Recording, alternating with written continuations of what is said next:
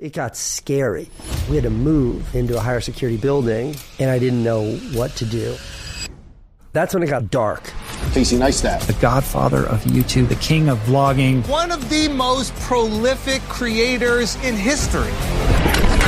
Throughout your story, there's this objectively delusional persistence towards a goal. The word I've been using is patience, because patience is so unattractive. And I think you need to remove this idea of success being this romantic, beautiful thing. It's not. When I started my daily vlog, making a video a day, 800 days in a row, it took 8 years to go from 0 to a couple 100,000 subscribers, failing year in and year out. And I was $200,000 in debt. It's awful. You're a loser. But patience will smash into opportunity. And then it went to 10 million subscribers in like 18 months. So in life, you can get whatever you want. But are you willing to do that for 20 years?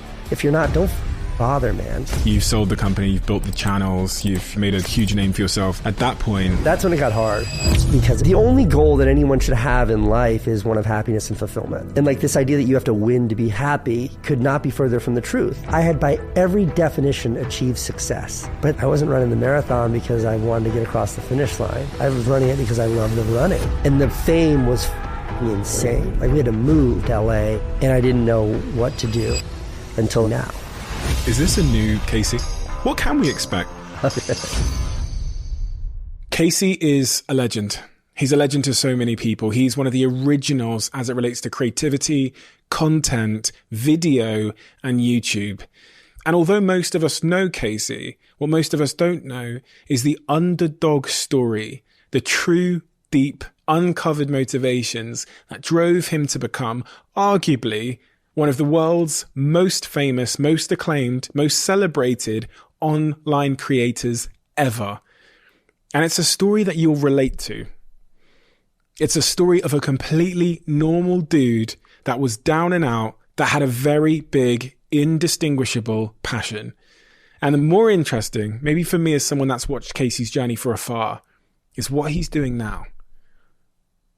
For the first time ever, he talks about what his life is right now. Now that he's not uploading videos every day. Now that he's a little bit further out of the spotlight. And Casey gives us this blueprint for how we can take that thing that we enjoy doing, that thing we consider a passion or a hobby, and drag it up the mountain and make it an incredibly lucrative job. How do we turn our passion into a career? And how do we become number one at the thing we do? When everything seems to be against us. That is the story of Crazy Neistat, and that's the story you're going to enjoy today.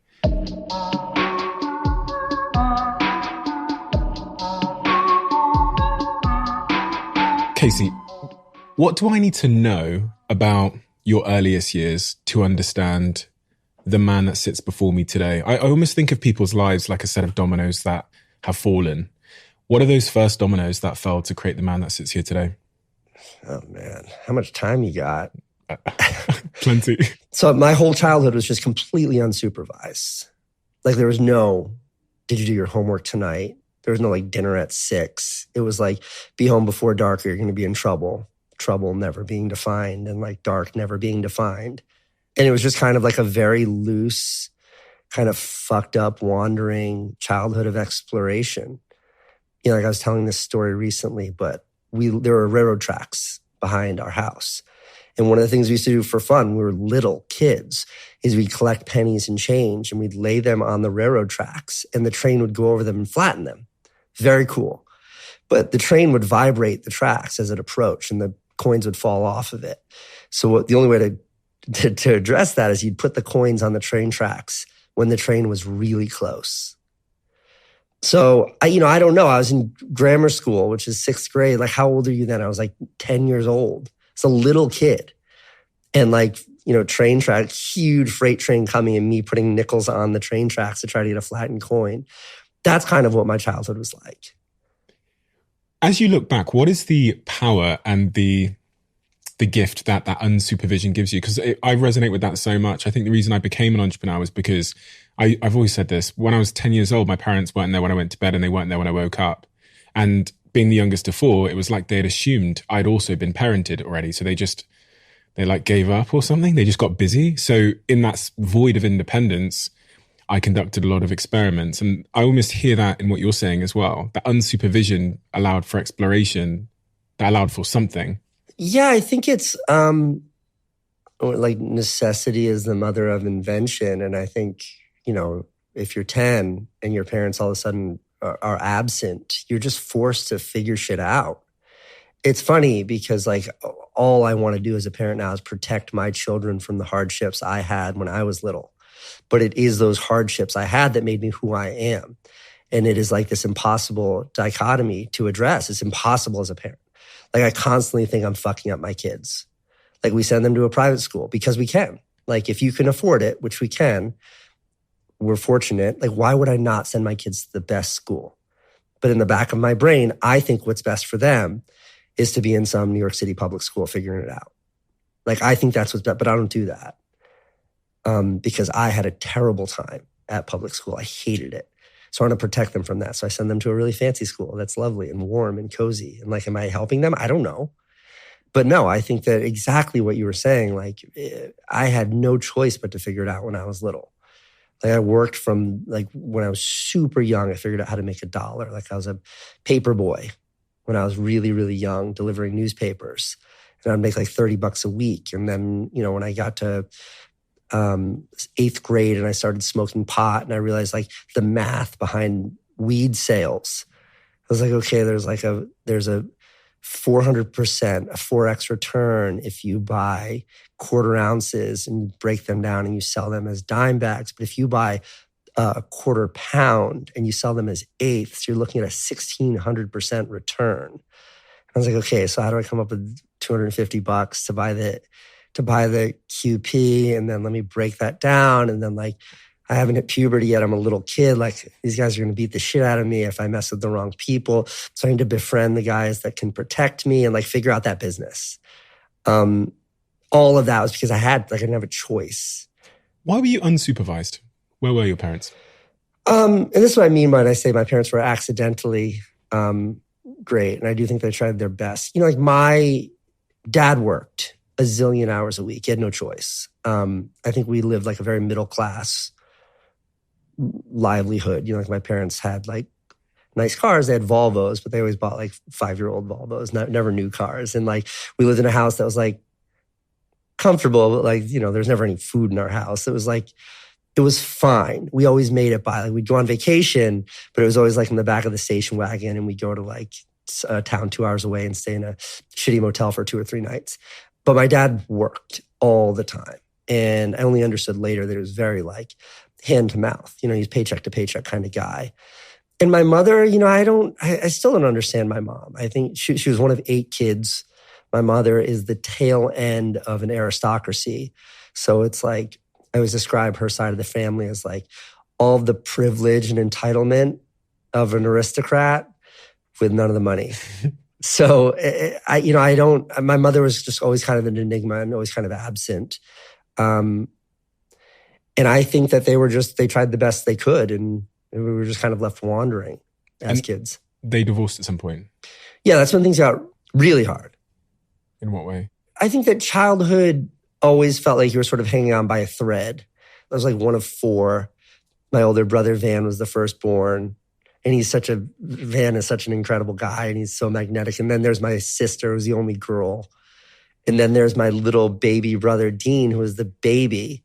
And then I was just kind of this like accident that happened 13 months after my sister and 2 years before my brother. Like it was this, so it was like I was always the loudest and the squeakiest to get the most attention. And, that was, I kind of think that like characterized what the challenges were for me as a kid growing up. And then it just got,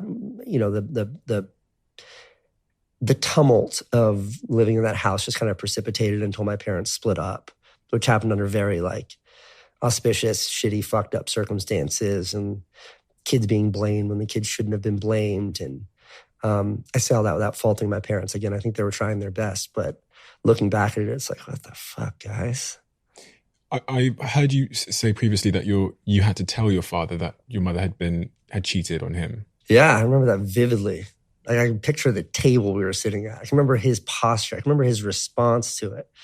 But yeah, my mother, she's a good woman. She has faults like all of us humans have faults, but I think she let those manifest in a way that were really dark at that time in her life. And it was apparent to me as a 14-year-old exactly what was going on.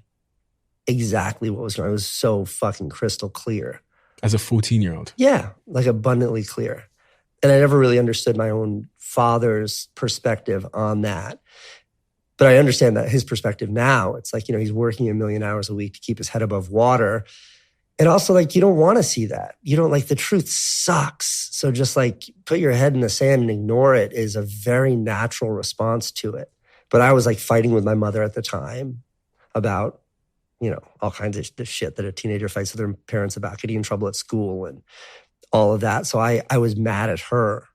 And I think part of me addressing that was just sort of confronting my dad. Like, what are you going to do about this woman?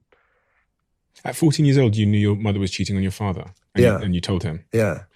How does one know that? I mean, it was super apparent. I mean, there's a handful of very specific situations that just made it abundantly clear.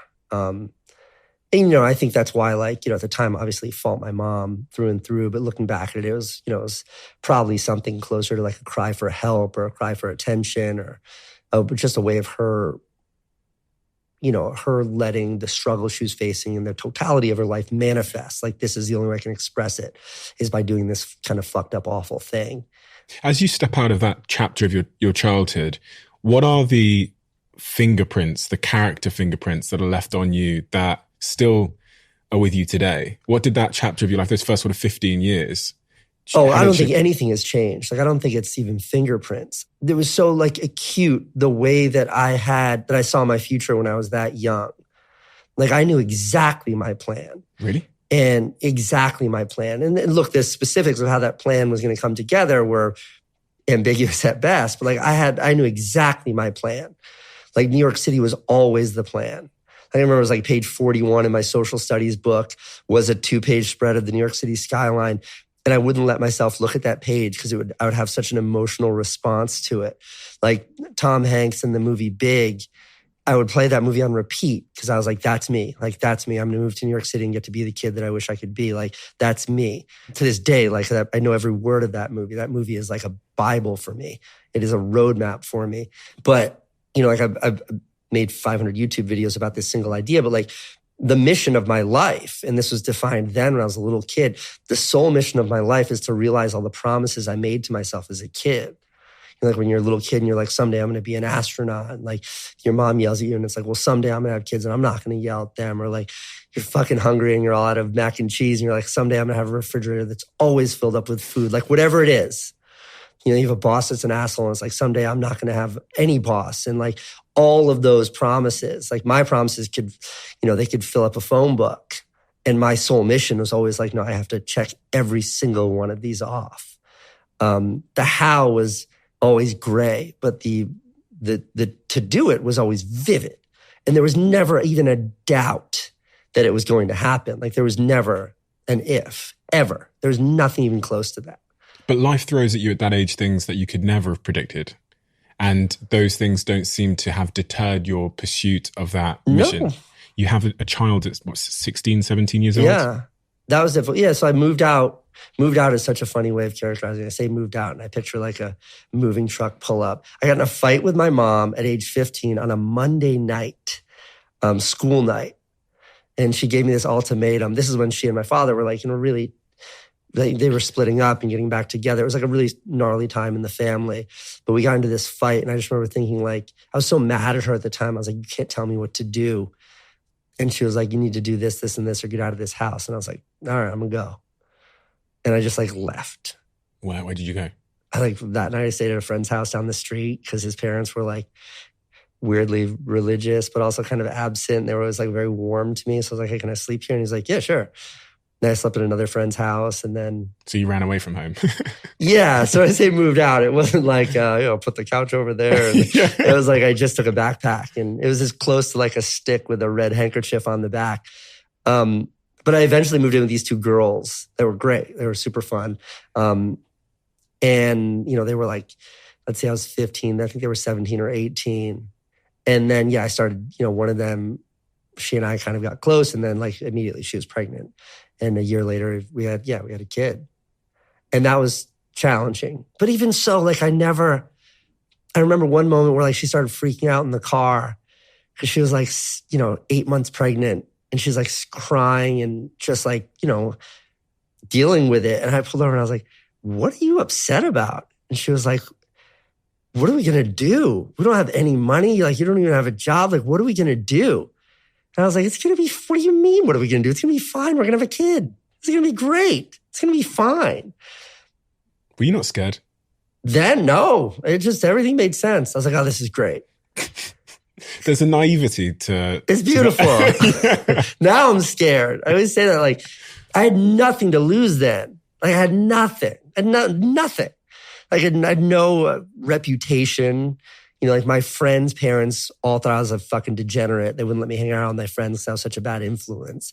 So it wasn't like I had like a reputation. Nobody knew me. I had nothing. I had no money. I had no resources. I knew no one.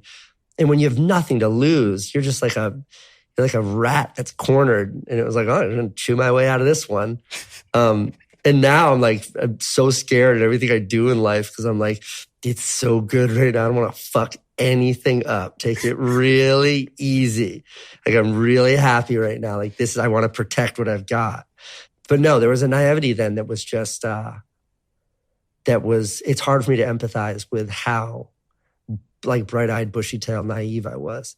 I remember when like my son, Owen, when she and I split up, she dumped me because I was just such a pain in the ass, and God bless her for doing so. But I remember I was like, okay, I've got a plan. In 5 years, I'm going to move to New York City and I'm going to figure this out and I'm going to do this and I'm going to do that. What were you going to do in New York? I don't know. I had some cockamamie plan. There's always a plan. I don't know what the specifics were, but I knew that like up until that point in my life, I'd only ever worked in the back of restaurants, washing dishes or like being like a prep cook or just being like the low man in the totem pole who takes out the trash and scrubs out the garbage cans and like does all the shit work, mop. This is the only job I'd ever done. My father sold used restaurant supplies. So like if you need to do oven or walk-in fridge. So he could always get me jobs in restaurants. And I remember like moving to New York City, my only plan was like, I'm just not going to work in a restaurant. That's my plan. I'm going to do anything that's not work. But I had this 5-year plan to move to New York City. And like 6 months later, I quit my job and moved to New York. When you look back at that sort of like 19-year-old kid that quits his job and moves to New York, so up until that point, what do you now know as a guy that's in their 40s about the brilliant accidental decisions you were making at the time? Like what are the, like the accidental brilliance that is probably objectively stupidity. Like that's a stupid decision. But in hindsight, you go, I was a genius. I never would say in hindsight I was a genius. It was raw stupidity and fearlessness. But it's like all those stupid fucking quotes that everybody posts on Instagram that like I hate about like, you only live once, follow your dreams, pursue this. Like, fuck you. Fuck every one of you. I hate that shit. I hate inspo porn, even though I'm very guilty of fanning the flames of inspo porn. But like, there's so much truth to all of that. And the reason why I hate that shit is like, if you have to be told that, it's too late. If you're going to learn that from an Instagram post, it means nothing to you. It's just masturbation. Like it's doing nothing for anyone. People just put it up there to feel good about themselves. But all of it is true. And what I mean by that is like, I could never do at age 42 what I could do at age 19, which is just say, fuck it. I've got a 10th grade education, no high school diploma, no work experience, no life experience, and a 2-year-old. What's the best thing I can do right now? I know, let me move to the most expensive, challenging city in the world with no plan. If I hadn't done it then, I don't know that you could ever do that. And I think that like when I say those cheesy quotes are true, it's like you kind of have an obligation in life that if you feel something that is so powerful to you, like follow through with that. And I'm not naive to that now. I wasn't naive to it then, but I think now I can articulate it, which is like this idea of privilege. Like, if you're like born in the United States of America, if you like get to sit at a table and do this, like, no, I wasn't a rich kid. And like, yeah, I was like on welfare and got free diapers and milk from the state. Otherwise I wouldn't have been able to feed my child. And like, I worked 60 hours a week in a kitchen making $8 an hour. I think I got $7.25 an hour was my starting salary. And like, that was like, I'm like the luckiest person in the world to get to do that. Are you crazy? Like, do you know what some kid in South Sudan would do for that opportunity? And I just walked into it. I'm like a healthy guy. I've got 2 legs that work, and like I have a brain. Like I'm the lucky. I won the lotto on life. So like, if you start life with this winning lotto ticket, and it's like, oh, a little hiccup, accidentally had a baby when I was a fucking teenager. It's like, oh, no big deal. Like, they'll just push through this. This is going to be great. And it's like, I want to live in New York City. It's like, let's go for it. Let's do it. The privilege there sounds like a privilege of mindset. There's objective privilege, I guess, from being... Yeah, like I push back. And when people say that, my response is like, fuck you, privilege of mindset. No, that's an objective privilege. Name one time in the history of humanity, like when the Sumerians invented the written word 5,000 years ago, name one time when people had the kind of opportunity that like people like us born in the West have. Like, there's never existed before. Never, ever. Maybe it's a little bit easier for our parents. You know what I mean? Like, maybe post-war USA was like a little bit easier than it is now. Or maybe now it's a little bit harder than it was for me 20 years ago. But like, still, give me a fucking break. Like, this life is like, it's the hardships we face now are so menial compared to what they were 100 years ago. Objectively, 200 years ago. You ever see that thing that went viral? And it was like the reasons why people died in London in the year 1892. And like the 4th most popular cause of death was teeth. like 60% of the population are dying because their teeth are fucked up. Like, we have it pretty easy. Why don't people? So there's going to be another guy right now that's like washing pots in the back room at the seafood restaurant on the $7 an hour. And he might be listening to this right now and he hears you say that, but why don't people take action beyond that point and take the big bet when they have objectively potentially nothing to lose? Oh, what's that line from, is it Caddyshack or Fletch, when he's like, the world needs ditch diggers too? That's a very cynical take on it, but I think a very practical take is like, not everybody wants it. And I think that's okay. I think that's a wonderful thing. I never understood that. I think like in life, you can get whatever you want, but you can't want whatever you want. If you don't want it, there's no creating that. But do you think sometimes people want to want it, but they don't really want it? Yeah, of course. Of course. And I think that's okay. I think if you really fucking wanted it, you wouldn't need this like inspirational podcast to make you make that decision. You'd already be fucking doing it. And that's not to be defeatist. It just means that like the only goal that anyone should have in life is one of happiness and fulfillment. And like this idea that you have to win to be happy could not be further from the truth. Like, why do we hear about rock stars and famous actors and these people that we see as sort of like the absolute apex of success in the industry? Why are they all fucking killing themselves and dying of alcoholism and like all that darkness happening at the highest level? It's like, because that doesn't equal happiness. Like, what is happiness for you? And an example I like to point to is like my best friend in the whole world. We grew up together. Like, I ran away from home. I stayed with him for a little while. Like, we've been together since we were kids. You know, like when I moved to New York, he stayed in the hometown. And like when I quit my job washing dishes, I gave him that job. He literally took over that job. And now, you know, here we are 25 years later, he still lives in that town. You know, he still has a job very similar to what he had 25 years ago. He's got 3 amazing kids. He lives like a very, what I would say is like very classic, archetypal, middle-class American life. And like, I look at him and I'm like, that is the embodiment of like happiness and fulfillment. He has this amazing relationship with his amazing wife. He has these 3 brilliant little kids that he gets to, you know, make sure they get to school every single day. He's got like a cute dog that he goes on runs with. He has this amazing life. And no part of that life was being like, fuck this. I want to like live on the moon someday. I need to run away from all this. Like his focus in life was something completely different. And I think that I didn't understand. I struggled to appreciate that when I was younger, but now I see like so much to that. And that's why I think like adjusting the pie in the sky is just one of happiness and fulfillment, and defining those is up to you. Bronnie Ware, I was talking about her the other day. She's that I think it's called palliative care nurse in Australia who interviewed people with 1 day left to live. And she asked them what their biggest regret in their life was. And the number one regret of the dying was not living a life true to myself. And for those people, those that do have this aspiration to start that business or, I don't know, become a ballet dancer in Europe or whatever, that are held back by potentially some form of fear, you know, is there anything that one can offer them to get them just to take that first initial step, which seems to be the hardest, like getting off the couch or getting out of quitting the job, that you might offer to your children if they came to you? Yeah, I mean, I just think that failure is, I think failure is like the greatest gift. I think failure is like, it hurts so bad, but failure is a part of life. And if you're not willing to accept that, like failure is part of it, you've got to keep failing. Anvil, the story of Anvil, you know this? I made a whole video about this. So I made a YouTube video about this. And then there's a movie called Anvil. I think it's called The Story of Anvil or something like that.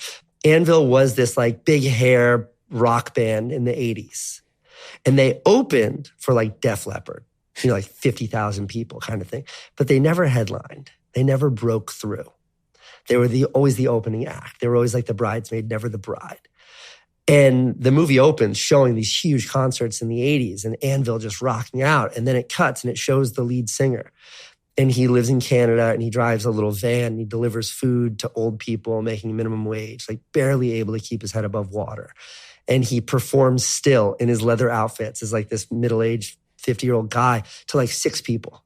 And they'll be just drinking beer and he's there giving it his all. And the movie is about how relentless this guy, like he's just not willing. He borrows money from his sister to record an album. Nobody buys it, can't pay her back. She's got kids and shit. Like it is the most devastating story you've ever seen because he's unwilling to give up that dream. Like he just wouldn't let it go. This is his whole life. And then this documentary comes out and it's fucking fantastic. And because of the documentary, Anvil blows up. And all of a sudden, he is that superstar, like on tour, selling out arenas in Japan and shit. Like he did it. Had he given up at any point in time, the documentary wouldn't have been interesting. It would have just been another person who threw in the towel. But they made this, like a filmmaker saw this story and was like, that's crazy. I need to tell that story. And it yielded that success. Had he not been willing to take on 40 years of failure, 30 years of failure, he would have never found success. And I think that's the most extreme version of that. The reason why I was interrupting myself is because I made that YouTube video that's basically the story I just told you. And like the director reached out and was like, whatever the guy's name, the lead singer of Anvil, he's like, dude, he loved your YouTube video. And I was like, yes. I was like starstruck. You know what I mean? Yeah.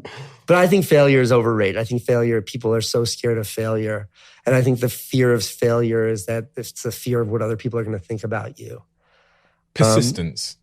That's what I heard through that story as well. Just this almost objectively delusional persistence towards a goal. And I don't know if those words are correct because in that situation, I question whether Anvil's success was ever really making it or the journey itself was the success.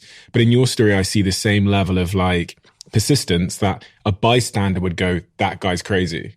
Because there was various stats I saw about how long it took you to get to various success milestones. Even when you started daily vlogging, I think it took you 5 years to get to like 400,000 subscribers. Yeah.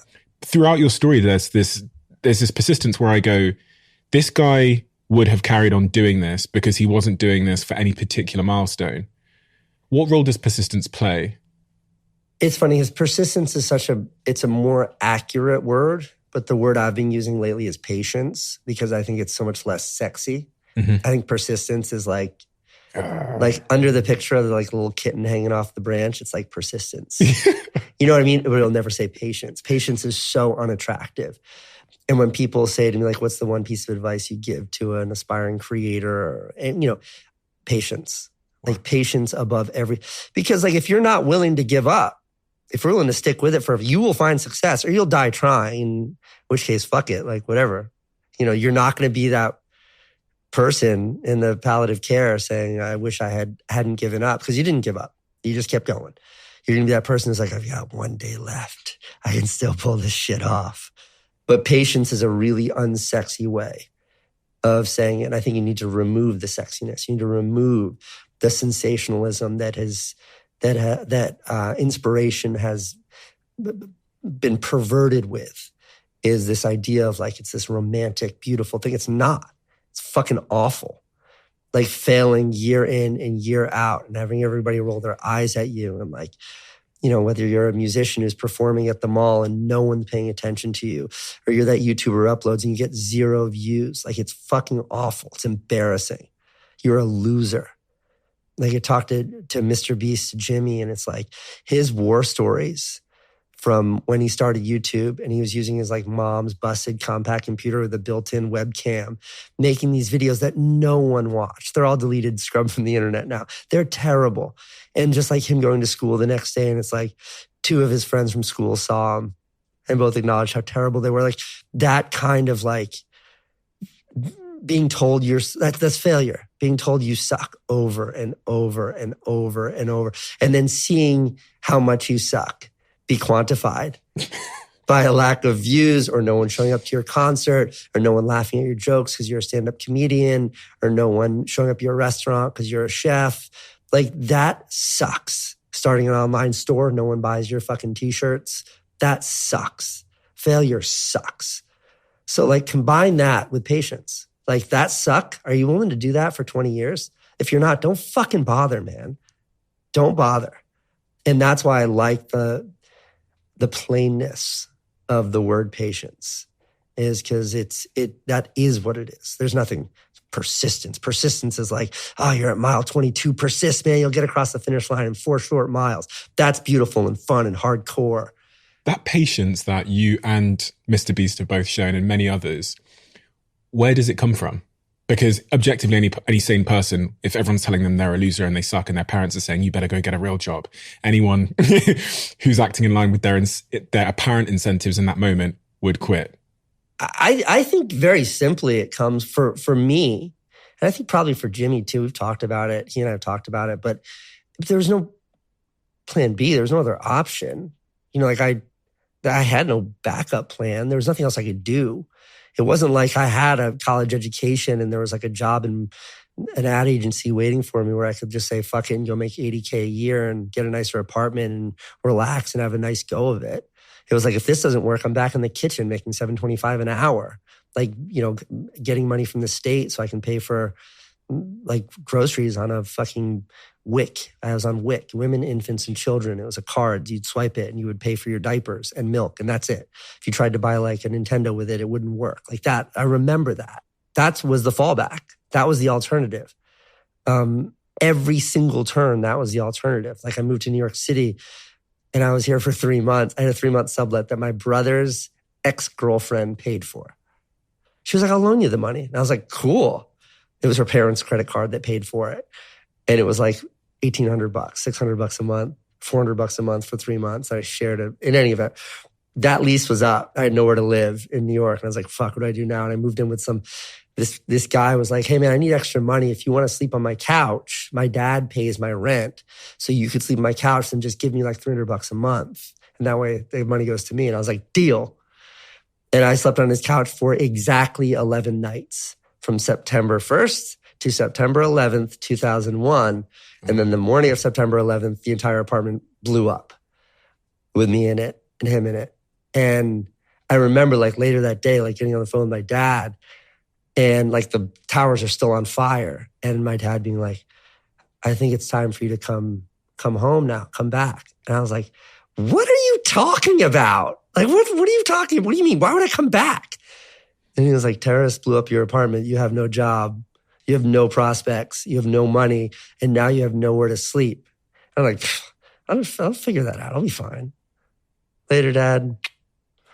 Like that's patience. That's delusional patience.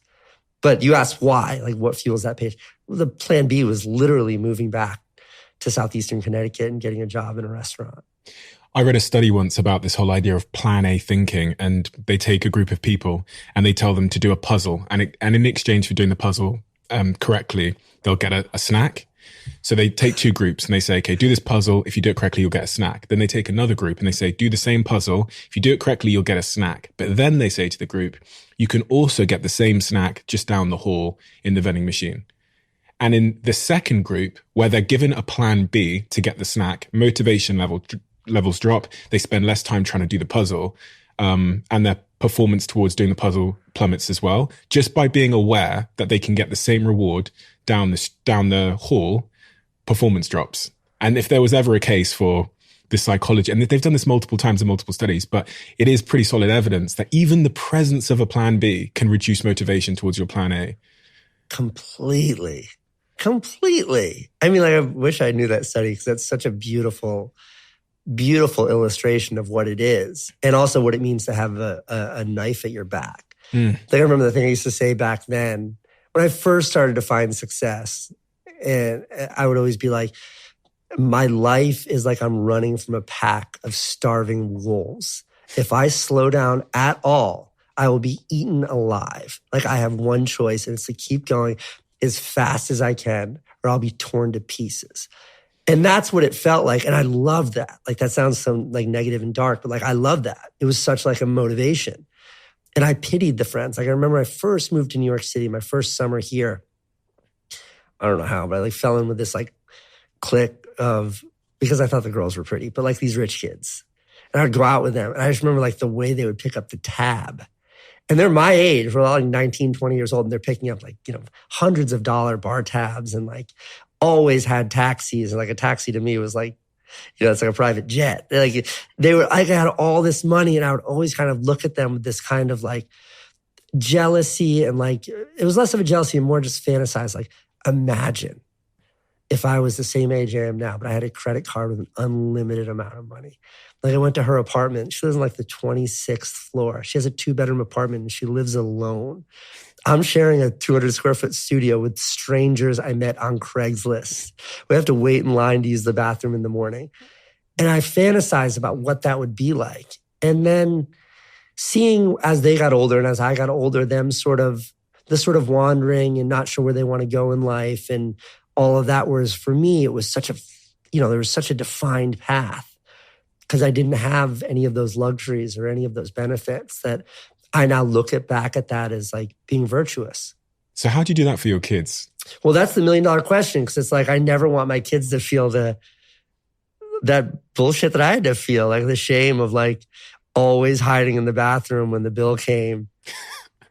I would always, you know, like I would always do something. I wasn't just like a total take, but like I just, you know, like I always kind of felt like a scumbag because I was never able to contribute the way that other people were. And like, that's a really shameful thing. And like, I can remember so many times, like when I would meet a young lady and she'd be like, "Can we go back to your place?" And the excuses that I would come up with, because I like lived in an SRO for a while. I lived in a halfway house that I bribed my way into. A halfway house, for anyone that doesn't know, in Europe is it's where you get out of jail and you're not allowed to live normally yet in the public. Right. So they put you into a building where they can monitor you. How did you get in there? I bribed the guy at the door. There was like a guy behind glass with like a little slot, and you would have to check in and check out. And I went there and I was like, "Hey, do you have any open rooms?" And he was like, "No, get out of here." And I came back with a carton of cigarettes with a $100 bill in it. And I was like, "I need a room." And he was like, "All right." It was like, 531 is yours, write your name there. And he was like, "It's $450 a month cash," or whatever it was. Interestingly, when you tell that story of being in a halfway house and having no money and all these things, objectively, someone looks at that situation and goes, "Oh man, I feel so sorry for you." Like, I was so psyched. But this speaks to how like a mindset and a perspective can turn hell into heaven or heaven into hell.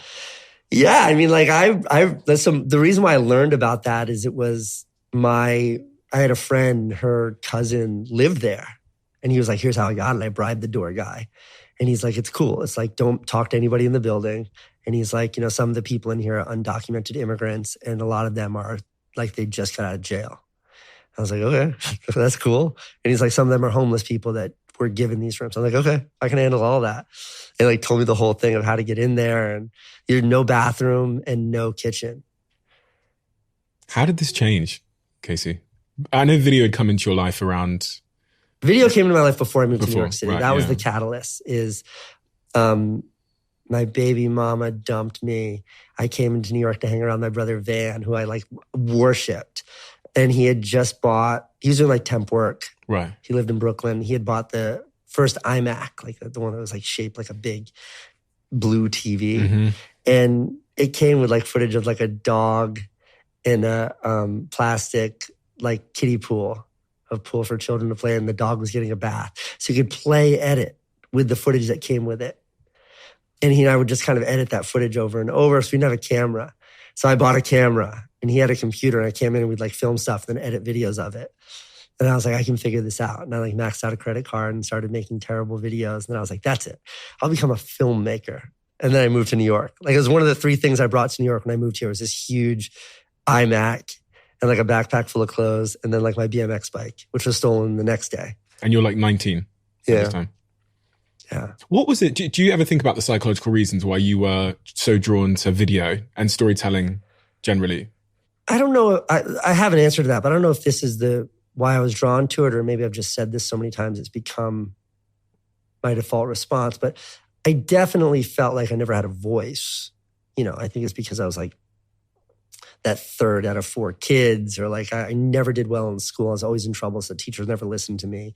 I was always in trouble and getting in fights and stuff, so my friends' parents never liked me. And I just felt like I was never heard. And then I started to make videos. I was able to kind of articulate my thoughts or an idea in the form of a video, and people would respond to that. So I think that was part of it. But I don't know. I think I also just liked it. Like there's something about it that felt so fun. And there was something in the end that you would have that was like this finished, done thing. Did you like movies? Yeah, but I was never like a cinephile as a kid. You know, like I had my favorites. You know, like I loved the movie Big. And I do remember in 7th grade, we got to do this program where you could like choose a profession and then you got to go do that job. And like there's a Pfizer pharmaceutical had like its headquarters in nearby town. It's like a lot of the kids went there to be chemists or scientists, and they got to go spend like 2 hours at Pfizer. There's a submarine military base. A lot of kids got to go onto the base and see what it's like to be in the Navy. And mine was, I want to work at a video rental store because I want to get paid to just sit and watch movies all day. And they're like, all right, I guess we could organize that for you. And I remember going there and it was like this kid and he was like, yeah, I worked a day shift. Nobody ever comes by. And I was like, what do we do? And he's like, we have to put away those movies. It took like 3 minutes. And I was like, now what do we do? And he's like, just wait for customers. So we just sat there and watched TV for like 8 hours. I was like, this is a job I could get into. But I don't think it was like the, you know, like the Quentin Tarantino where he worked in a video store and studied film. I never had that. Do you think that's part of the reason you were successful at it though? Because your style has always been so clearly original in so many ways. That's how it feels. It feels like you are, in fact, someone that didn't go to movie school, and that's why people resonate with it. Yeah, I mean, I always say that like my filmmaking style is because I was never taught the right way to do it. So I was forced to find my own way to do it. And I think that kind of thinking is at the same time as sort of like consumer grade video creation became this ubiquitous thing with computers and editing software and cameras for the first time ever in the history of humanity. You could, in like the early 2000s, you could buy like a DV, digital video camera, and you could buy a computer and plug it in. You could edit your own videos. So my aspiration to make videos and this machine that let you do it, those happened at the exact same time. And because of that, I was forced to create my own style. Like my hard drive was 10 gigabytes. So I could edit like, it was like 12 or 16 minutes of video before the hard drive was full. So no, I made really short videos, and that's why. It was like I didn't have a choice. I had to be a short video.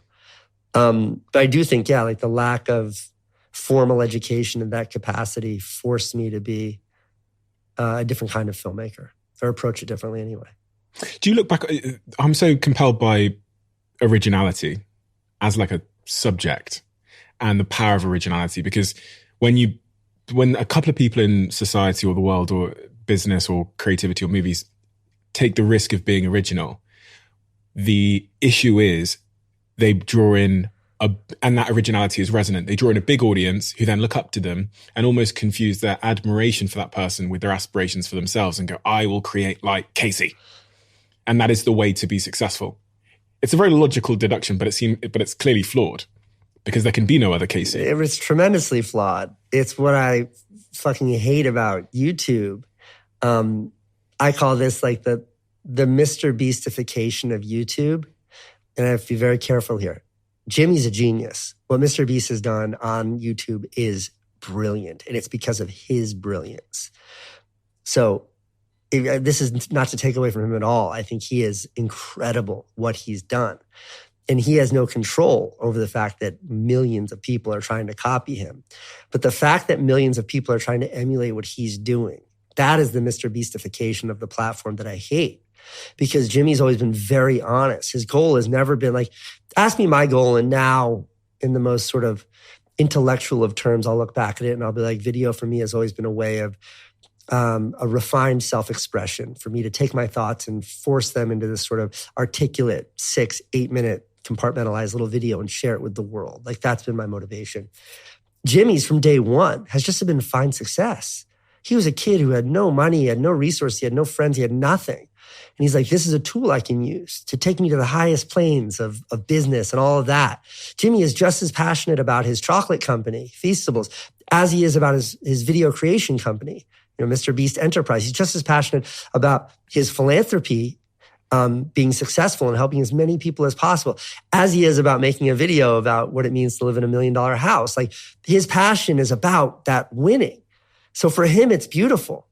But in the most reductive sense, when people look at that, they're like, hey, that's what it means to be a YouTuber. All that matters is views. And I put next to no value on that. None.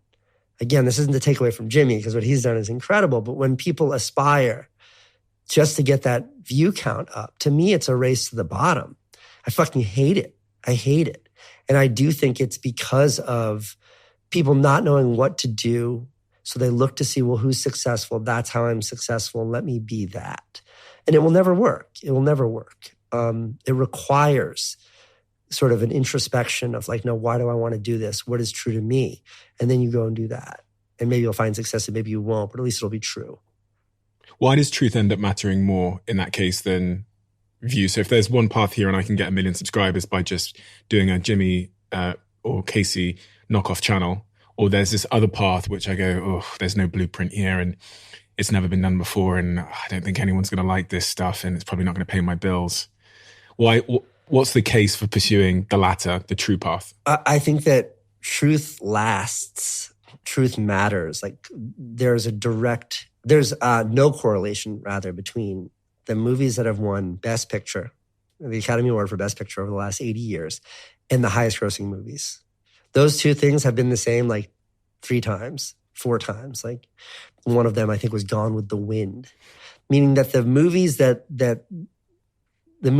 the world determines are the most quality, most important, greatest films, the greatest contribution to culture and humanity are almost never the same movies that make the most money.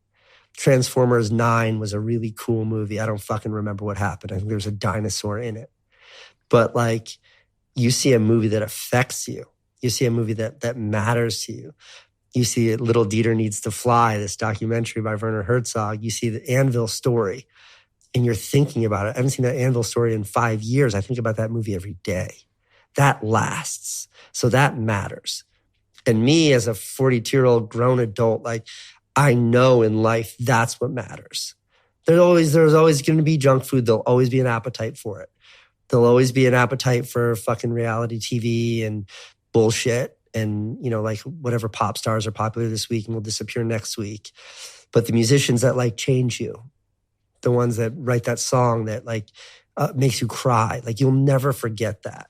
So for me, like if you want to be an artist or you say you want to be an artist, how could there be any other goal but that? And just to bring this full circle, I think the magic of Mr. Beast, of Jimmy in particular, I don't think he's ever wanted to be an artist. And that honesty is why I have so much respect for him. He's an empire builder, and that's what he's wanted to do. And he's done that through video creation. But again, neither here nor there, not to digress. For me, it's like great work matters. And it does. It changes people. It changes me. Look at the work that like Spike Jonze did. Not his Oscar award-winning movies, but like I look at his little weirdo music videos that I used to watch when I was a kid. And I watched those music videos over and over. What's Up, Fat Lip? the music video that he made with Fat Lip, who was like the kind of a popular hip hop artist who didn't have any money. And he was like, I got this new song, Spike, but I don't have any money to make the video. So they went out and they're like, put Fat Lip in a clown costume and they filmed it on a VHS camera. It's like one of my favorite music videos ever. But I saw that and I was like, I can be a filmmaker. Now, if he had made a video just trying to get the most views or whatever it was, instead of just him and his friend Fat Lip trying to make something great, it might not have done that for me. And that changed my world. So like, if you're going to share your fucking inspirational quotes on Instagram, then step up. Like, make the thing that could change the world. Make the thing that could affect someone. Don't just give me Mickey Mouse bullshit that's going to get views. I look at both you and Jimmy as pioneers, but for very different reasons and seemingly with very different motivations. You strike me as someone that was really inspired by the art form and the storytelling side of like the creative production process. And Jimmy it seems like he took this other approach where it was much more about what the data was telling him to make. Yeah. Both of them created originality though. Completely. You know? Completely. I think Jimmy is... I think Jimmy is the most important YouTuber in the history of YouTube. And I think that arguably, I think he's one of the most important people in the history of entertainment, full stop. I don't know that anyone has built an empire that reaches as many people as what he's doing. I think like there will be case studies taught about him at Harvard. I think he is a true pioneer in every sense of the word. Do you care about the views? No, but that's easy to say. I'm like, I don't worry about paying rent anymore. And like, I usually don't check the prices at restaurants before I order dinner. So it's easy for me to say. Obviously, like there was a time when that really mattered to me and was super, super important to me. But I've grown up and I've, a level of financial security, which is super real. So it's less about that and more about doing good work. If one of your kids came to you and they said, Dad, I want to be a YouTuber. And what would be your response to just that first surface level question? I mean, it's happened. Little Francine is like, she's so good too. But Candace always gets not mad, but she's always like, take it easy, Casey, because I have a tendency to over-intellectualize it. But I'm like, Franny, you can make whatever you want, but you're not allowed to share it. And she's like, why? I want to get subscribers and views. And I'm like, well, if you make it, like I just want to make sure you're making it for you because you want to make something, not because you're looking for that. I don't know words I use with her, but like that validation. I don't know if she would know that word, but and that's when Candace is like, take it easy, Casey. She's 8. And I'm like, okay, all right, just do your thing, kiddo. But yeah, I think like the concern. What is the concern? Is why. Like if she wants to do it because she wants to be an artist, fuck yes. I will drop everything to help you on this mission. If you want to do it because your little girlfriend at school did it and she got 35 likes and you want to get more likes than her, then like pump the brakes, kid. Like that's. What if she says, I want to be bigger than Mr. Beast? The same thing. Then, it's like, why? Like, why? Why do you want to do that? And also like, fame is a very weird, very strange thing. And I think that what the most strange thing about fame is it's not what you think. Like there are people who have achieved and felt some degree of fame and there are people who haven't. And if you're in the haven't camp, there's no way to understand the have camp. There's no way. There's no way. And having been over here, like to see someone aspire for that is like, I like no way. What's the warning? The warning is just like if fame is a byproduct of what you're doing, then it is what it is. But if fame is the end game, then you're just like one of those fucking reality stars with the fucked up faces because you've had so much plastic surgery. And like, what are you doing? What are you offering the world? Like, why are you here? Like you're benefiting the world in no way whatsoever. You're elevating the world zero. This is pure like narcissism. This is just for some weird ego journey that you're on. Again, this is one of those moments that my wife would be like, back off, Casey. She's 8. Let her finish her mac and cheese. I wouldn't say it's a kid, but like, yeah, if she says I want to be bigger than Mr. Beast, like, then yeah, I get nervous. What if she says, okay, I want to make YouTube videos because I love creating videos, but I would like some advice, Dad, on how to be a successful YouTuber. Yeah, you should see her. She has a whole channel that is stop frame animations of her stuffed animals. Right. She's not allowed to have her voice in it or her hands in it. You're not allowed to identify that it's in our apartment. Okay. But she makes those, and they're fucking great, and they're funny, and they're really good. So that, like, yeah, we support her so much. We buy her the equipment, we help her make it. We're part of the audience. We have like a family iMessage thread that we distribute the videos on. She even has her own Instagram handle that has 0 followers. Candace and I don't follow it. We pass the phone around to watch her Instagrams because we don't want her to even associate one like with why she's doing it, even if that like is from us. Mm-hmm. My sister texted and was like, hey, you sent me a screen capture of Francine's TikTok or whatever. Can you send me her account? We're like, no. This is clearly coming from your experiences, right? Protect them as long as you can, man. Keep the kids so far away from that. Keep them far away from views and likes. Yeah, from seeking validation. Did you ever fall prey to that? Did I ever fall prey to that? Yeah, but I'm different because I was old. Like I was literally your age that you are right now sitting across from me before I had an Instagram account. Think about how much more you know than an 8-year-old. Yeah. Like for an 8-year-old, so that's the world that she's growing up in. It's a really scary place. Like social media, we're seeing how much it fucks kids up. We're seeing the mental health crisis. We're seeing how it's manifesting. We're seeing eating disorders because of Instagram. We're seeing like all of these social issues because of social media. And I think wanting to protect your kids from that is sort of a universal thing, not just someone who has lived in that space. I think I've had a unique experience with it because I had achieved some level of success outside of social media in the world of regular old media. And then it was on social media that I found real success. But I was able to do that with that kind of hindsight and with that kind of clarity of being an adult, pursuing this career for 15 years before. On social media, you found real success. Yeah. Was that due to your daily vlog predominantly? Was that the real catalyst moment in terms of growth? Yeah, 100%. Van and I, my brother Van and I had a television show on HBO that we sold to HBO in 2008. And that television show was exactly my daily vlog, full stop. Only 8 episodes or something, wasn't it? 8 episodes, yeah. 22 to 24 minute episodes. But if you watch that daily show, it looks like an early version of my vlog. It's identical. It's the same exact shit. But that was before YouTube was really a thing. YouTube was invented in 2000 or launched in 2006. And it was really just a place for watching like basketball highlight reels and like Charlie Bit My Finger. So, we put that show on HBO. Very highly reviewed, but nobody watched it. It was on at midnight on Friday nights. Like it wasn't a breakout success. And then Van moved to California, so I was kind of on my own. And I was like, I just want to do that.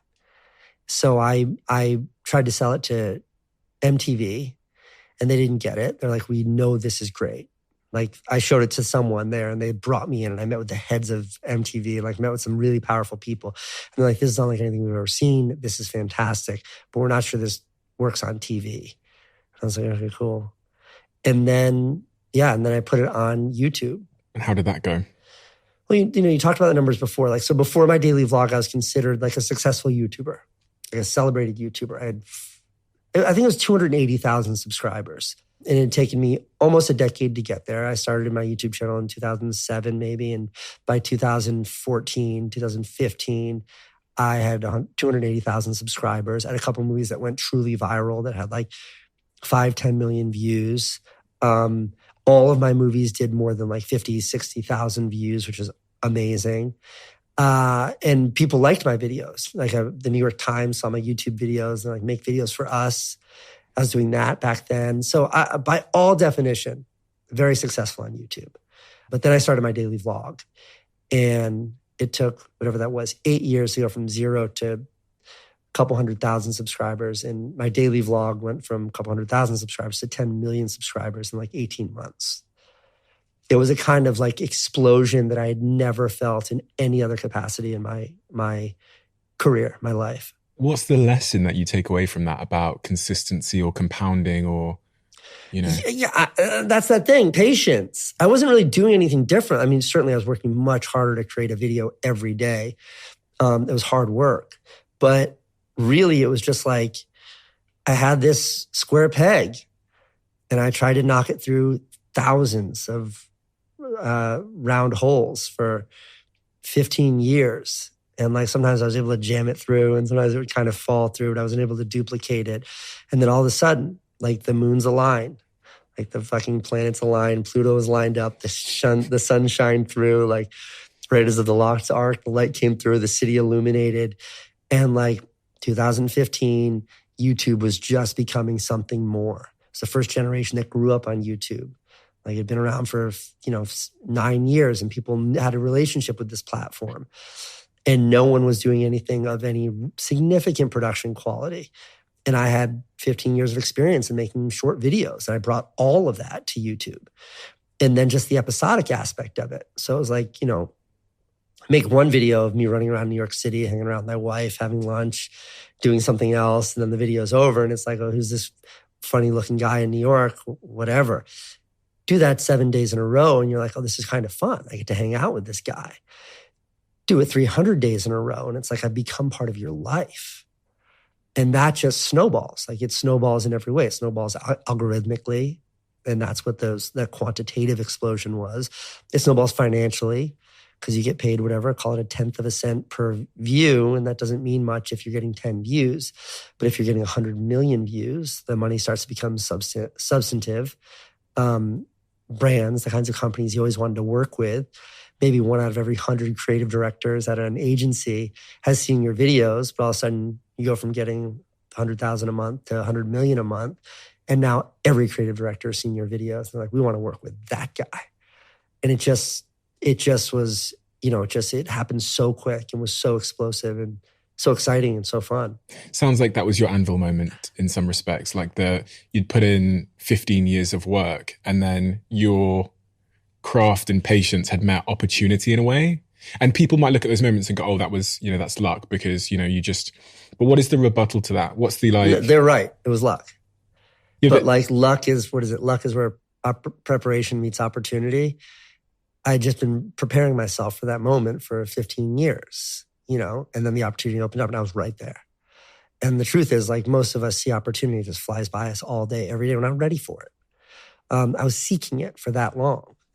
And, there's some other circumstances too. My friend Max pointed this out to me when he and I were having a meeting last week, which was like, when I launched that YouTube channel, the daily vlog rather, when I launched that in 2015, I had a show on HBO that they bought for $2 million.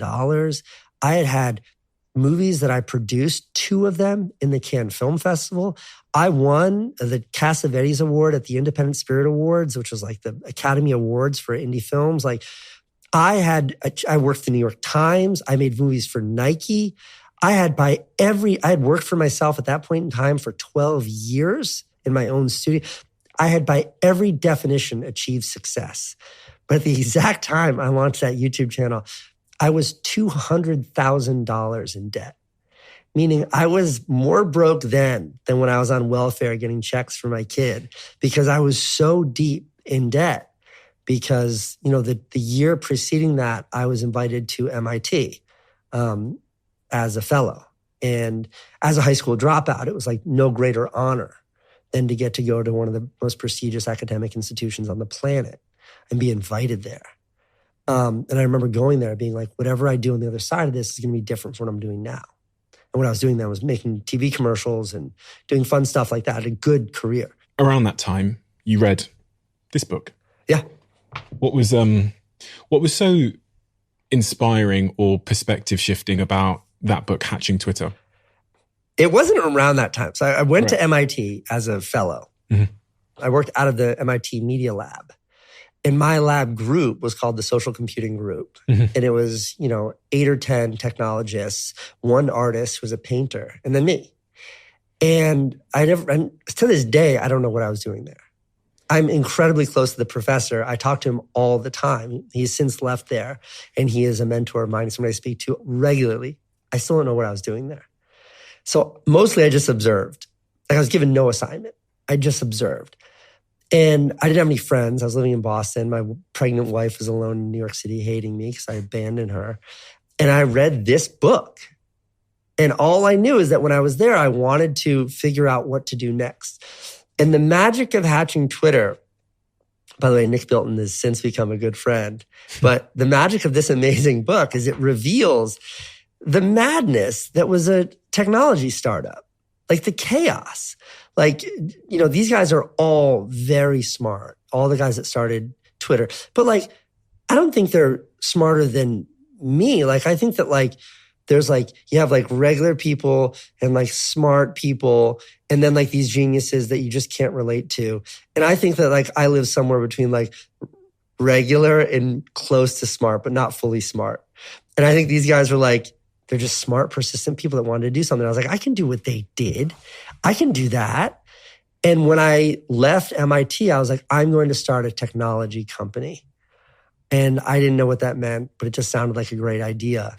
But the whole time I was at MIT, I wasn't making any money. So I was living off my credit cards and off my debt. My business had a revolving line of credit at Chase Bank that was maxed out. And then I started this company, which was basically just meeting with people, telling them I wanted to start a company. And yeah, and so 6 months later, I was $200,000 in debt. I couldn't afford my half of rent that I owed to my wife, who was pregnant. And that's when I started a daily vlog and started a technology company. And it made sense. But the reason why I give that long preface about like I found all this success is it was like, I found all that success. I knew there was a snack down the hall if I didn't want to do the puzzle. And I was like, fuck that. Let me burn it to the ground. Like, let me go $200,000 in debt and do something that I have no idea. I've never written a line of code in my life. Let me start a technology company. Let me start a software development company. I've still never written a line of code in my life, but let me do that. That's a good pursuit for me.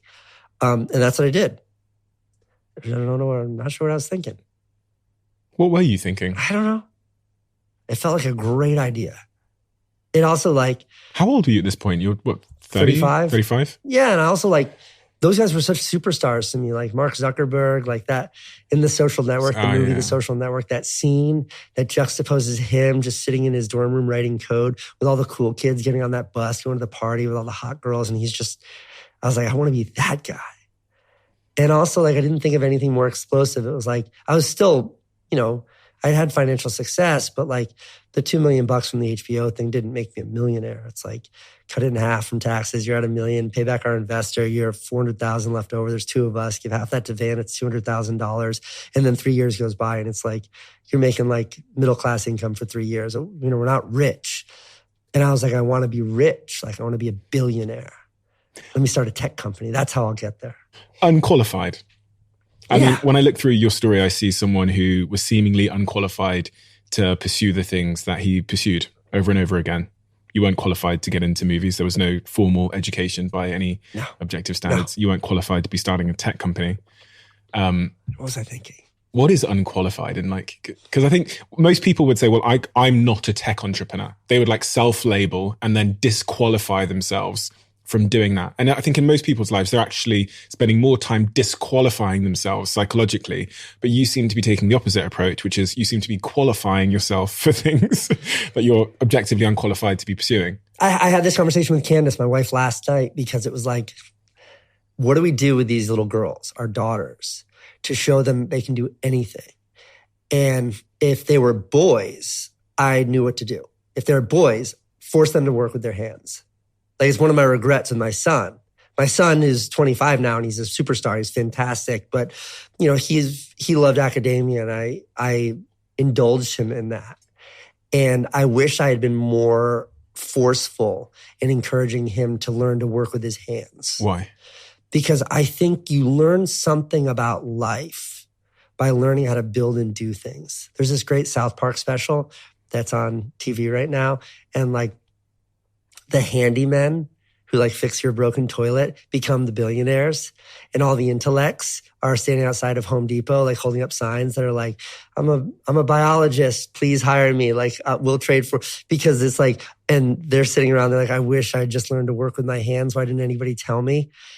And I think what they're saying with that, or what I feel, what I was able to deduce from that is it's just like there are universal aspects of life and humanity and the world that you learn from working with your hands. And like this rule of mine, which is that if you don't know what you want to do in life, do something you hate. And through that process, you'll figure out what it is that you love. Like I learned that I wanted to be a filmmaker by scrubbing out chowder pots in that fucking seafood restaurant in Connecticut. 40, 50 hours a week, just hating it. 90 degrees back there in the summer. Stinks. Scrubbing that pot. Hated it. It's a lot of time thinking about what do I wish I was doing. So for like kids, it's like, yeah, no, you don't get to go to college. Instead, I'm sending you to this school where you're going to learn how to rebuild diesel engines. Enjoy it. But I don't know that I can do that to my little blonde-haired, blue-eyed daughters. So you asked me about what it means to be unqualified. I don't know. But I think like, you know, when my bicycle was broken at home and I was a little kid, like I didn't have the tool to fix it. I first had to build the tool that I could then fix my bike with. Like I wasn't qualified, but I had to find that qualification. And in everything that I did, it was the same kind of thing. So why wouldn't I think that I'm qualified to do anything?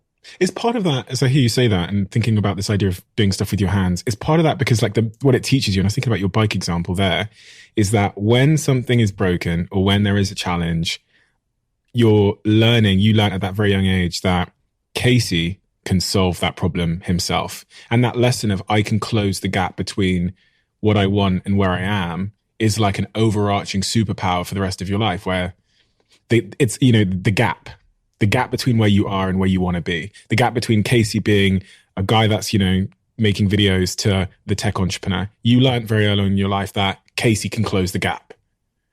And a lot of people never learn that. They think, oh, I'm unqualified to close the gap, or I don't have the skills to close the gap, or the money, or I'm scrubbing pots in a back room. I can't close the gap. But that's evidence. And evidence comes from, you know, closing the gap a couple of times with a bike. And I had a friend DM me this week, and it was something like, I don't know what it was, but it was this thing that was like how to figure out who high agency individuals are, something like that. And like there's like 5 bullet points, and number 5 was like the golden question. Who would you call? From George Max, a friend of mine, former. Is that what it was? Or it was like, who would you call if you're stuck in a Thai prison to break you out? Yeah, so that's George Mack, who's a former employee in one of my former companies. He's a superstar. He's an incredible guy. He does tweet threads, and he did one like last week, which is how to spot a high agency individual. And I think about that a lot because someone very close to me couldn't find his partner. He couldn't find his wife. And in a moment of panic, he thought she had been kidnapped. And he's thousands of miles away from me. And he didn't know what to do. And he called me in that moment. He was like, what do I do? And I was like, give me all of the information. And he gave me all the information. And I was like, I need more. And I'm like asking him all these questions. I'm writing it all down. And then I'm like, what are you doing right now? And he's like, I'm going to the police station. I was like, do not go to the police station. Here's what they're going to do. And I was like, this is why you don't do that. Here are the things you can do to be effective. Call the bank, find out when her last transaction was, figure out what her password is on her iCloud account. And like going through all these facts, like do all that and call me back. And then I hung up with him and I'm like, how do I solve this problem? And there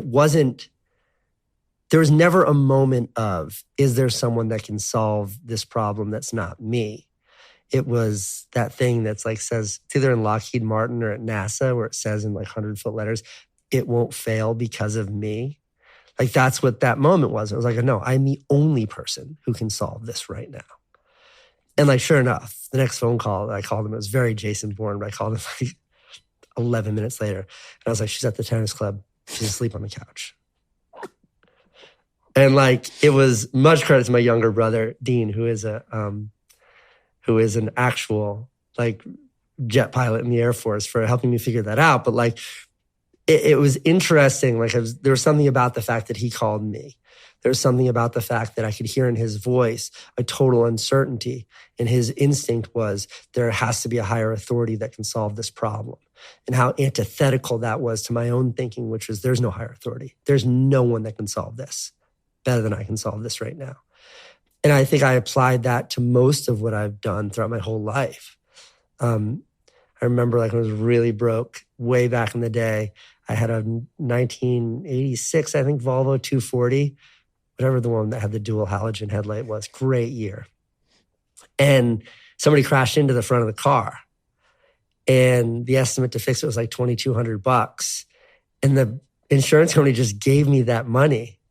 And I was like, fuck this. I was like, I can fix this car myself. I remember like my baby mama being like, what do you know about fixing cars? I'm like, how hard could it possibly be?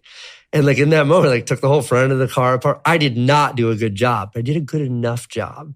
And I pocketed like all of it, like $150 to replace those halogen headlights, like screw it all back together. I mean, before we started this podcast, you're like, Casey, what are you doing with your time? I'm like, I'm just building out my studio. I wanted to build my girls a tree fort in there. There was never of like, what carpenter do I hire to build a tree fort? I was like, no, I'm going to do this. How hard can it be? How hard can any of it be? Like, give me a big enough pile of balsa wood and enough time, I will build you a spaceship. As a mantra for life, how hard can it be? There's an air of naivety, which is... Once you realize how hard it can be, it's like I will never do a software development company again. If I knew then what I know now about building that company, no fucking way. No chance. There's no chance. It sold for what, $36 million though? Which is a success. Yeah, it's a success. 1 million failures though for that one success. And the failures keep me up way more than the success puts me to sleep. What are those failures? Like some of the really key failures were like the naivety that an exit is the holy grail. Like for me, like we were all out of money. Like my partner, Matt, and I cut our salaries and for the last year, and I think the last couple of paychecks I was paying out of my pocket.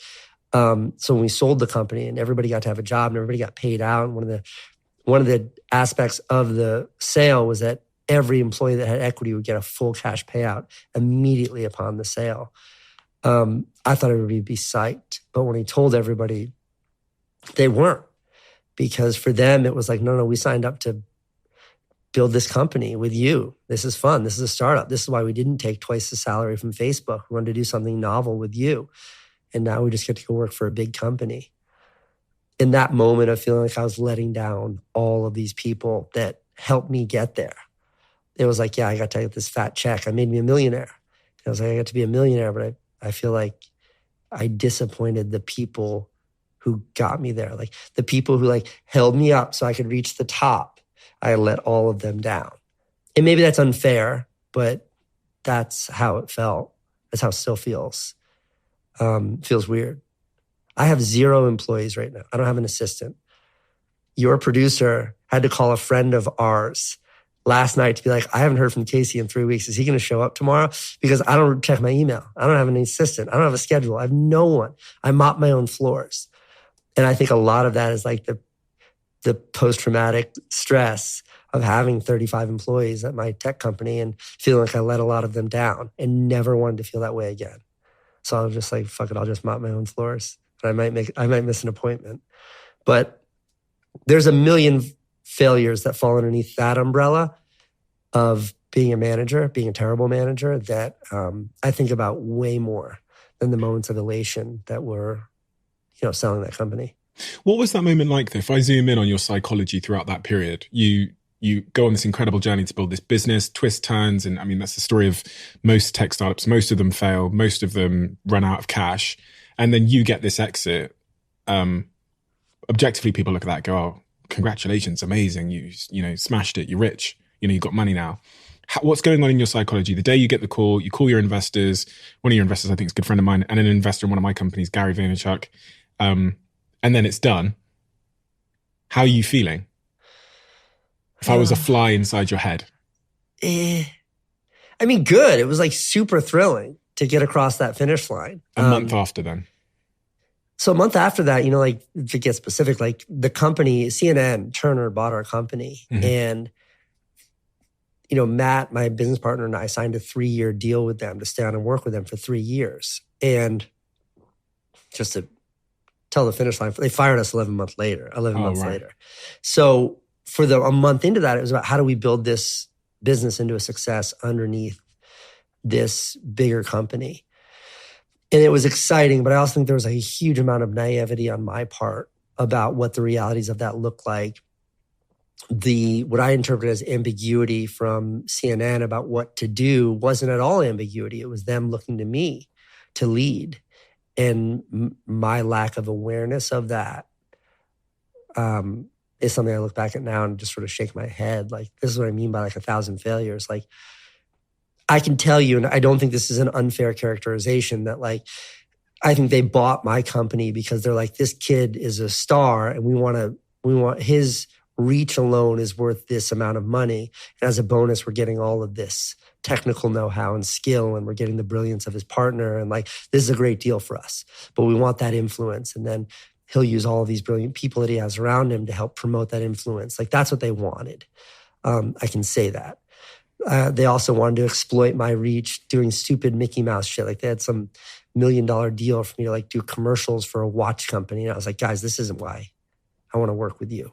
And I said no to that. And there's a huge, I can point to all these things, like them being a big corporation and us being a nimble startup and them wrecking that culture. But the reality is the reason why we didn't succeed under CNN was because of me, and only because of me. It was my failure to recognize the opportunity and build within that. And I attribute that to ego. I attribute that to naivety. Someone like you doesn't belong at CNN, though. Sure, easy to say now. Yeah. But like, fuck you, man. I can build a spaceship. I can do whatever I want. I'll fix that Volvo. I can build a fucking company for CNN. You know how incentivized I was? Like, if I built that company to be a success, like the incentives that they gave me were out of this world. The people I was working with at CNN were incredible. They're brilliant people. But the only reason it didn't succeed was because of me. And I don't know, you asked how I felt a month later. When I look back at it, it's like a month later was when I was probably at like peak hubris. Like, I know it all. Look what I did. I know everything. What about 11 months later? 11 months later, it was just exhaustion. I wanted to get out. Just let me, like when they said we're shutting down the company, I remember it was like super weird. Like, I was in South Africa with my family and they're like, we're going to let you know before the end of the year. And like December 31st, I like called my kind of boss at CNN. I'm like, what's going on with the company? Are you guys shutting us down or are we going to keep going? They're like, we're going to talk when you get back. And we got back and they're like, we're going to meet here. And I'm like, why don't we just meet at our offices or your offices? They wanted to meet in like a neutral location. And there was like a head of HR or something in the meeting. And they're like, we want to let you both know we've decided to shut down the company and release you from your, or whatever they said. And I was kind of like, okay, cool. It was not a big thing. It was kind of what I expected. But it was like a sigh of relief, weirdly. What does your plan become for your life after that? Yeah, you know, you're this guy that's checking off your bucket list, the bucket list you had as a child. You've sold the company, you've built the channels, you've made a huge name for yourself in movie making. At that point, 11 months later, after leaving the HR meeting at the neutral location, what's the future? That's when it got hard. Dark. That was like a moment of real darkness in my life not because of those external factors, but just internally. Like, the fame then was something that I just did not understand. Like, the only way to quantify it was I had done like 3 billion views in 2 years, something like that. And the content was all me. It was the real version of me. I wasn't playing a character. I wasn't acting. I didn't have on a Superman costume. I wasn't like, I'd always say like, I love Tyler Durden, Brad Pitt's character in Fight Club. But if I met Brad Pitt, he's not that person. You meet me, I am the person you think you know. And the fame was fucking insane. Like, we had to move into a higher security building in New York City. Like, it got scary, that kind of fame. And when I was winning, like putting a video out every day and I had this company, all this cool shit to talk about, it was like, you know, you're like coasting on that. But I felt like I wasn't winning. Like, I didn't want to do my daily show anymore. I was exhausted from it. CNN had just kind of fired me, so I wasn't building anything with them. I wasn't sure what to do, but I still couldn't step outside without like being like Justin Bieber kind of swarmed. And I didn't know what to do. And I kind of like started this other company called 368 with my partner at the time, Paul. That was a cool project. I started up a new daily show with my other friend, Dan. That was kind of exciting. But basically, it just felt like a bunch of sort of slow Why'd you say dark? It's a very interesting word. Because it was the first time, like, it was that thing that I referred to before, which is like you attribute happiness and fulfillment with winning. And I had won. Like this was the first time in my life where I achieved like a level of financial security that, you know, like if I played my card right, could have meant financial security for the rest of my life. Like for a guy who couldn't afford diapers, that's a fucking journey. That is a big box on the list to check off. You know, like for a guy who like would drive around in my car giving people VHS copies of my videos. I had 3 billion views in 2 years. Like that's a big box to check off. Like I'd done those things. And instead of feeling like I was like, you know, I had done it, I'd earned it. Instead of feeling like I was standing on the top of the mountain, I just kind of was like, well, what now? Like this isn't it. It wasn't like, I wasn't running the marathon because I wanted to get across the finish line. Like I don't know where, I've run 24 marathons. I don't know where any of my medals are. I was running it because I loved the running. Like I loved it. And it kind of felt like that was over and I didn't know what to do. And it kind of, it got weird. It got dark for a little bit. And that's when we decided to like leave New York and move to LA. And if I was a fly on the wall then in that moment in your life where it's dark and weird, what do I see in the walls of your home? Well, first of all, the house was really nice because CNN had just bought my company. So it was a really nice house. Candace bought the fancy wallpaper. But no, it was mostly like I had a little baby at the time and then like a 3-year-old. Just kind of at home, chilling, hiding. I didn't want to go to my studio. So there'd be too many people outside. And just unsure, uncertain. Like I think so much of our decision to we moved to LA for like 3 years. It was a disaster. We moved back to New York. But so much of my enthusiasm to leave New York was just like, I need to get away from all of this. And I pictured like LA, like I was moving to the moon, like nobody would know me there and I could just go to the beach every day and chill out. Couldn't have been further from the truth, but so there was like, we decided to move to LA and we didn't move for another 7 months or whatever. And those 7 months were just kind of me hiding and waiting. And Candace, you've kind of indirectly made her famous as well because of that whole, you know, everything that happened in that chapter of your life, which means that both of you can't just like live a normal life, can't just walk down the street together. How is she feeling in that moment? And does that add strain to the relationship? Yeah.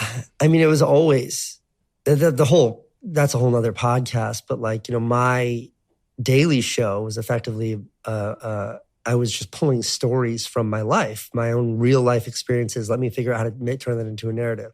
I'm coming on your podcast today. Let me film my journey here and then talk about what this is about and then my journey home and let me make that today's video.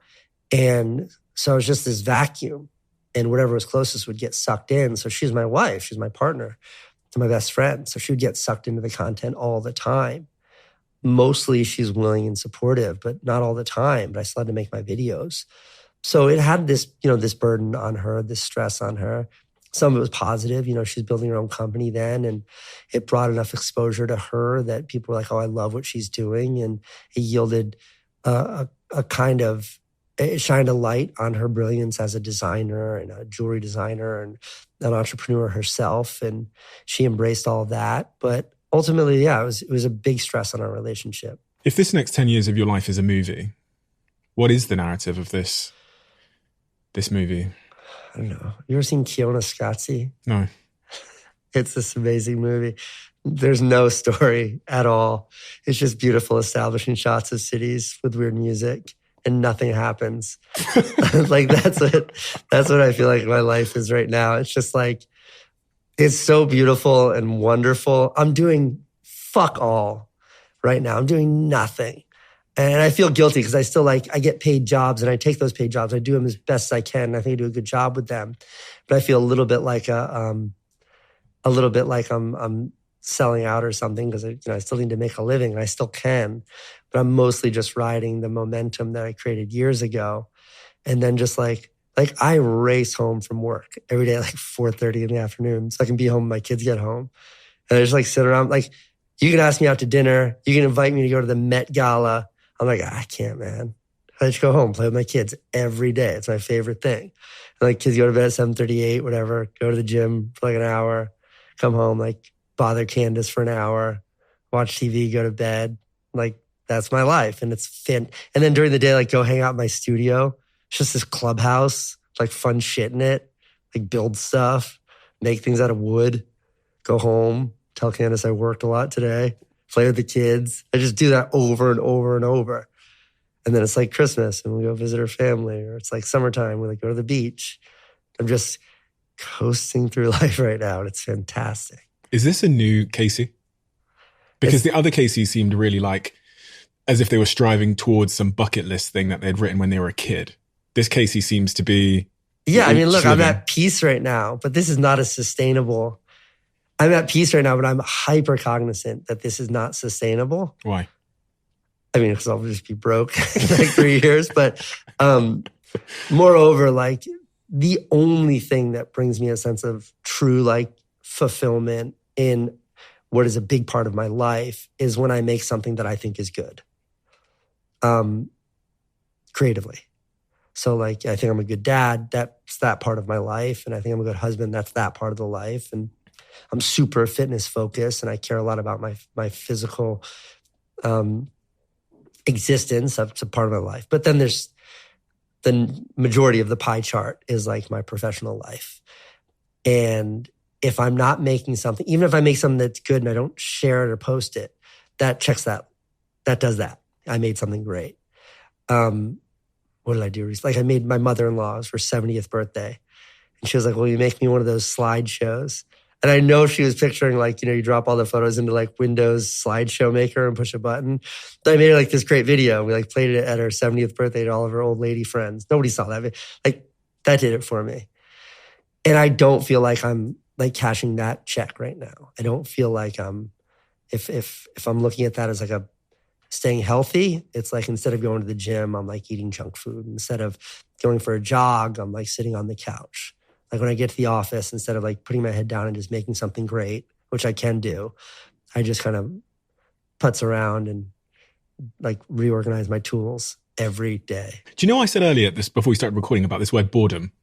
I use the word boredom not because I'm implying that nothing is happening, but so many of the creatives I've spoken to tell me that you need to have chapters and seasons in your life of like basically where you're just chilling, because they kind of cultivate an energy towards the new thing. Maybe it gives you enough time and space to stand back from the picture to see the whole painting, or to, I don't know, get some inspiration from something your kid says to you one day, or... Yeah, yes, look, absolutely. Like there's a pendulum, and my pendulum swung so far when I'm making a video a day, 800 days in a row, while running a company with 38 employees, while having a wife and a brand new baby at home. Like, I didn't sleep for 3 years. Like I was running at full speed, and millions of people with their eyes on me every day. And like, you could definitely justify as like the pendulum swinging in the other direction. Now, like I just need this time to decompress. But I don't accept that, because to accept that is to sort of justify my current laziness in general, sort of laissez-faire attitude towards life. Like I recognize how indulgent it is right now. And I'm not doing this because I need it. I'm doing this because I can. If I was broke right now, I'd be fucking busting my ass every day. If my kids were hungry right now, I'd be busting my ass. I'm doing this because I can. I'm not solving the puzzle because right down the hallway are all the snacks I could ever want. And I'm very aware of that. So I hear you, but I do not accept that justification. This is just pure indulgence. And that's all it is. It's great. Can't wait to go have some snacks and build a shelf this afternoon. It's very honest of you. I don't think anyone's ever said that to me, because people do justify their indulgence. It's very interesting. What can we expect from you? Can we expect anything? Do you know the answer to that? Because so many people are like ultra fans of you. I think there's an anticipation of what's the next big thing Casey's going to do. I don't, the short answer, like, but I've been saying this for a while and I haven't done it, is like this version of my life right now that I do love. Like I have all these movies written. When I say movies, I mean YouTube videos written. They're like really meaningful and awesome. And some are deep and some are shallow, and some are one-day shoots and some are 3 weeks of writing. I just want to make those. I just want to go to my office every day alone and make these videos and put them out on YouTube. And like I deleted the YouTube studio app from my phone. I don't look at comments or views anymore. I don't check AdSense. I don't do it. I just click upload and then go back to work. That's what I want to do right now. And when I'm beating myself up about my laziness, it's because there's nothing stopping me from doing that. I keep kicking the can. But like, that's what I want to do right now. Like, that's it. I just want to put my head down and make the things that I think are great. I give a shit if anybody watches them. You talked about privilege earlier and acting on your privilege.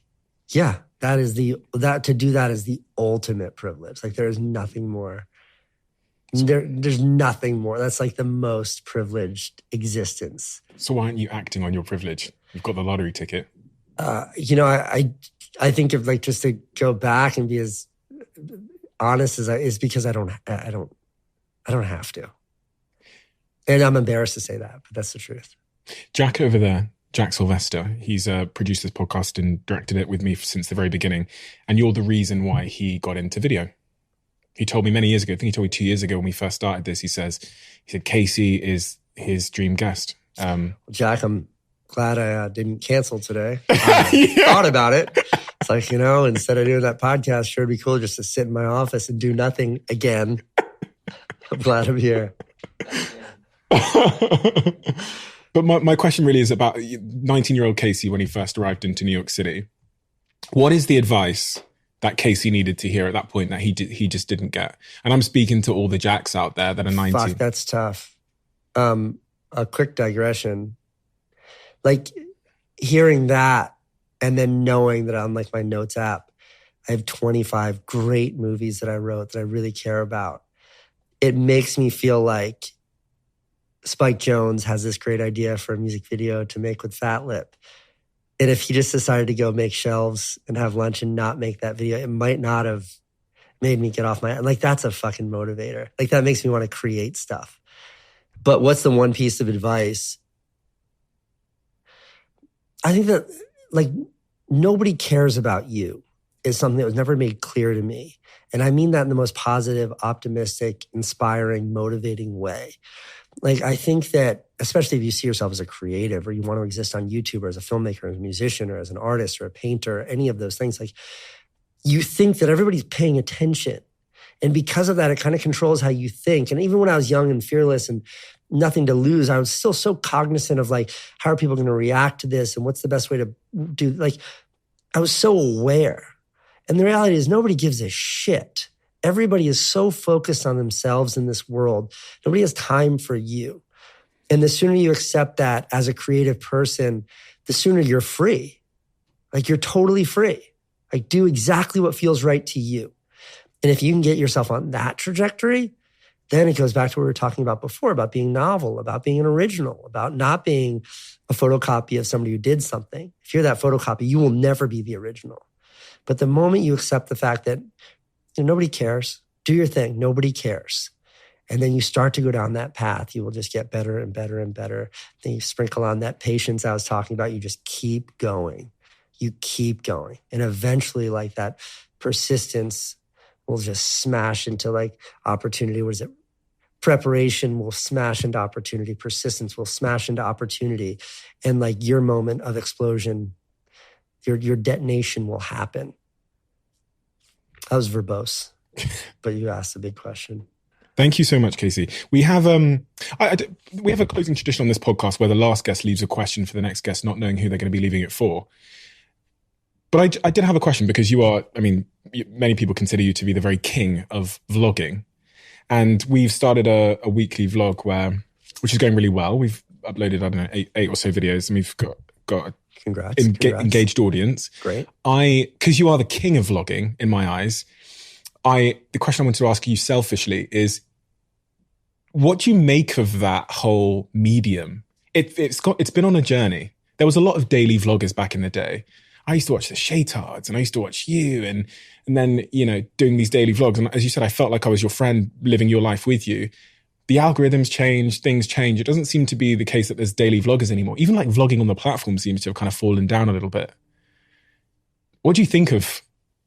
I mean, at the time, like when I was doing my daily vlog, I really thought that it was like the ultimate, like, maturation, if that's a word, like, of reality television. Because you've got Kim Kardashian, and then you have her TV show. And in between those two things are all these producers and directors and writers and all of this fabrication. So what happens if you remove the middle part and it's sharing your world. Like that was the most sort of optimistic, whimsical trajectory that I saw the genre taking. And I think it just never happened. It never manifested that way. Instead, it was a pursuit of sensationalism and views. I think it was corrupted by the view count. I don't fault anyone. I was susceptible to that too, but it was corrupted by the view count. So what could have been something virtuous turned into something, I think, much less interesting. And that crashed and burned. And now in the ashes of that, I think we're seeing really, really interesting things. I think we're seeing niche succeed, which is so fucking wonderful to see. You had to be a YouTuber to succeed back in the day, like one of those. You had to fit in. You had to be one of those. And now it's like we have these micro creators that are finding their audiences. Like a friend of mine, all he's into is like fish tanks. It's all he does is fish tanks. His channel's huge. He's so good. Like these guys, Retro Dodo, they're friends of mine. Like they came to New York to film with me. Their whole channel is just retro video gaming devices. They're wildly successful. They've released books. And that is so amazing. Like you have 8 episodes of your vlog out now. I haven't seen any, but like, I'm sure they're much more about this than they are the intimacies of your life and how you get, like you're able to lean into that niche. So I think like this thing had all this potential and it crashed and burned. And now out of those ashes, we're seeing these sort of beautiful little things sprout up. And I hope that that's the trajectory it continues. And you're not tempted to vlog again on a daily basis? If I could do it without having any notoriety or attention from it, I would do it. That's the only reason you don't do it? It's a big part of the reason. So interesting. The thing that I fantasize about is like Quentin Tarantino just disappears off the face of the earth for like 6 years. And then it's like, hey guys, I got a new movie coming out in 6 months. And he is the only thing anyone talks about is that movie. And then he goes and disappears, crawls back into his cave. And it's like, that is the ultimate. I don't fucking know anything about that guy. Is he married? I don't know. Does he have kids? Like, where does he live? I don't know. What is he doing right now? I have no idea. What kind of car does he drive? Don't know.